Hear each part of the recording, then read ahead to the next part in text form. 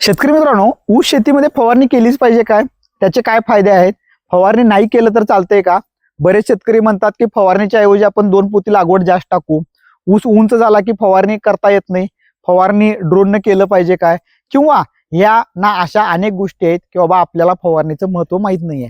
तर या सविस्तर सगळ्या गोष्टीबद्दल बोलायचं आहे. नमस्कार शेतकरी मित्रांनो, मी तुमचा मित्र रोहित बोरगावे.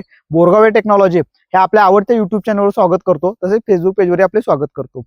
शेतकरी मित्रांनो, ऊस शेतीमध्ये फवारणीचं काय महत्व आहे ह्या बाबतीत सविस्तर बोलायला गेलं तर तुमचा 50% जेवढा रासायनिक खर्च होणार आहे तेवढा 50% बेनिफिट फवारणीतनं पण होणार आहे.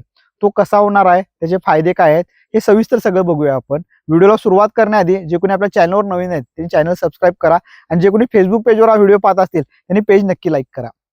बरीच ज्या वेळेला शेतकऱ्याच्या बरोबर कडे जातोय आपण, बऱ्याच लोकांची कारणं ऐकतोय की बाबा फवारणी एक केलोय, आम्ही भरणीच्या आधी केलोय, आता भरणी झाली, लागवड भरपूर टाकलोय, ऊस काळोखी दिसालाय आपला, फवारणी केलीच पाहिजे काय? फवारणी नाही केली तर चालत्या, ऊस उंच झालाय, कशी फवारणी करायची त्याला, आता फवारणी केलं तर रोग जास्त येईल, आता फवारणी केलं तर तांबेरा जास्त येईल, मावा जास्त येईल. हे असे अनेक कारणं आपल्याकडे बघायला मिळतात. पण सायंटिफिक टेक्निकल जर का बघायला गेलो आपण तर शेतकरी मित्रांनो, की ज्या वेळेला आपण फवारणी करतो, की ज्या वेळेला अन्न देतो आपण, म्हणजे ऊस पीक आपल्याला माहिती आहे की ऊस पिकाला अन्न तर लागतं. ऊस पीक आपल्याकडे 365 दिवस मिनिमम शेतात राहतो. अडसले असतं तर अजून जास्त आपल्या शेतामध्ये राहतो. मग एवढ्या दिवसाच्या ह्या कालावधीमध्ये ऊस पिकाला अन्न लागणार आहे.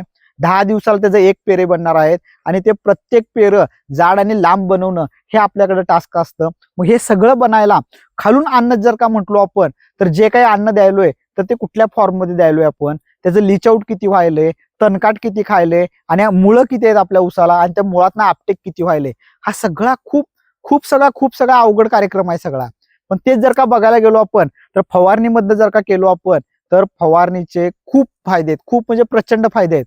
मग आधी ही गोष्ट क्लिअर करतो तुम्हाला की फवारणीमध्ये तुम्हाला जे योग्य वाटतंय, तुम्हाला ज्याचा रिझल्ट आलाय, तुम्हाला तुमच्या बजेटला जे परवडणार आहे तुम्ही ते फवारणी करा.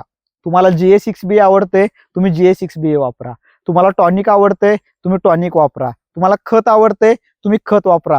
तुम्हाला हार्मोन्स आवडतात, तुम्ही हार्मोन्स वापरा. तुम्हाला किट मधले प्रोडक्ट आवडतात, तुम्हाला काय पाहिजे ते वापरा. तुम्हाला ड्रोननं फवारणी करायचं आहे, तुम्ही ड्रोननं फवारणी करा.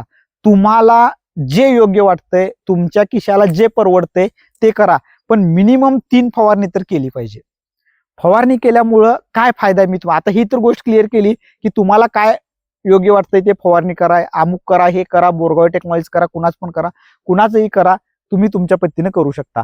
फवारणीचा फायदा काय मी तुम्हाला सांगतो की सूर्यप्रकाश आहे आपल्याकडं, ते बसलेत 365 दिवस काम करायल्यात बऱ्यापैकी, ते ऊन भरपूर सोडाल्यात, त्याचा फायदा करून घेणं गरजेचं आहे आपल्याकडं.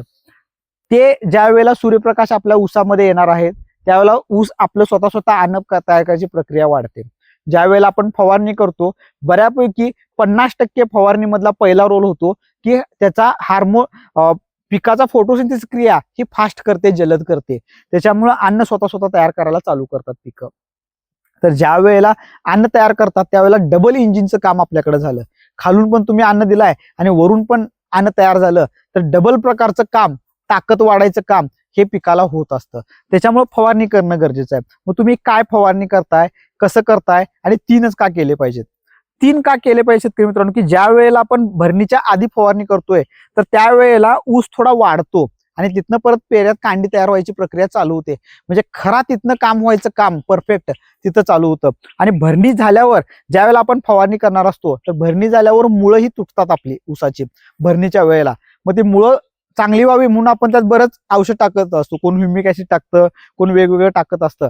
त्याचं काम झालंच आपलं, ते परत मुळी तयार होणार, रिनोव्हेशन होऊन परत ते खत पुन्हा आपटेक चालू होणार. पण त्या दरम्यान जे परत आपल्याकडं अन्न तयार करायची प्रक्रिया किंवा ऊस वाढीचा जो कार्यक्रम आहे तो चांगला व्यवस्थित होण्यासाठी आपल्याकडं फवारणी करणं गरजेचं आहे. म्हणजे भरणी झाल्यावर पण 2 फवारणी करणं गरजेचं आहे. आता माझ्या मागे बघत असला की हा ऊस उंच आहे किंवा बरंच हे असतं, मारता येत नसतं, तर तू आपल्याकडे तशा गोष्टी जुगाड करणं गरजेचं. त्याचे बरेच आपण व्हिडिओ पण टाकलोय की ऊस उंच असला तर कशी फवारणी करायची आहे, किंवा ड्रोन टेक्नॉलॉजी आली आपल्याकडे की ड्रोन पण फवारणी करू शकतो आपण. त्याचा एक सेपरेट व्हिडिओ पण आहे आपला, किंवा काय काय फवारणी करू शकतो, बजेट आणि हे सगळंच आपण दिलेलं आहे. तर हे सगळ्या गोष्टीचा उपयोग करून आपण फवारणी केलं पाहिजे. फवारणी केल्यामुळे पानं रुंद होतात, पानात अन्न तयार करायची प्रक्रिया जास्त वाढते, आणि तेच परत अन्न खाली टाकल्यामुळं जे 10 दिवसाला, तुम्हाला माहिती आहे की प्रत्येक 10 दिवसाला एक कांडी बनत असते, तर ती एक कांडी बनणारी आहे ती लांब बनते, जाड बनते. त्या दरम्यान जर का अन्न तयार झालं नाही, खालनं अन्न आपटेक झाला नाही, तर मग ती कांडी छोटी बनणार, तुमची जाडीला पण कमी बनणार. इनडायरेक्ट नुकसान आपलं होतं. आणि सगळ्यात महत्वाचं, कुठलीही फवारणी केली, जर का वस्ताद किट मधला आपण हार्मोन्सचा केलो, जे 365 दिवस काम करतं, त्यातली एक फवारणी फक्त 750 रुपयाला मिळाली आपल्याकडे. मग 750, 750, 750 बऱ्यापैकी 2000 रुपयाच्या खर्चामध्ये आपले 3 फवारणी व्हायल्यात. ह्या 3 फवारणीमध्ये मी सांगतोय तसं तुमचं अन्न तयार करायची प्रक्रिया डबल झाली, तर तुमचं बऱ्यापैकी 5 ते 10,000 लागवडीचं काम हे तिथंच व्हायलंय.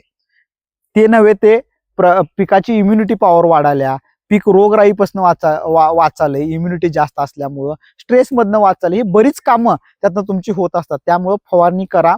जे कोणी शेतकरी किती फवारणी करतात ते पण कमेंट करून सांगा. जे शेतकरी वस्ताद किट मधला हार्मोन्स फवारणी केल्यात त्यांना कसा रिझल्ट आलाय ते सुद्धा कमेंट करून सांगा. आणि जे शेतकरी अजून वापरत नाहीत आणि तुम्ही का फवारणी करत नाही तरी पण तुम्हाला कसा रिझल्ट आलाय ते पण तुम्ही कमेंट करून सांगा. व्हिडिओ कसा वाटला नक्की कमेंट करून सांगा. तुमच्या सर्वांचं प्रेम आणि सहकार्य असंच असू दे. आपण असंच चांगलं काम करूया. धन्यवाद शेतकरी मित्रांनो.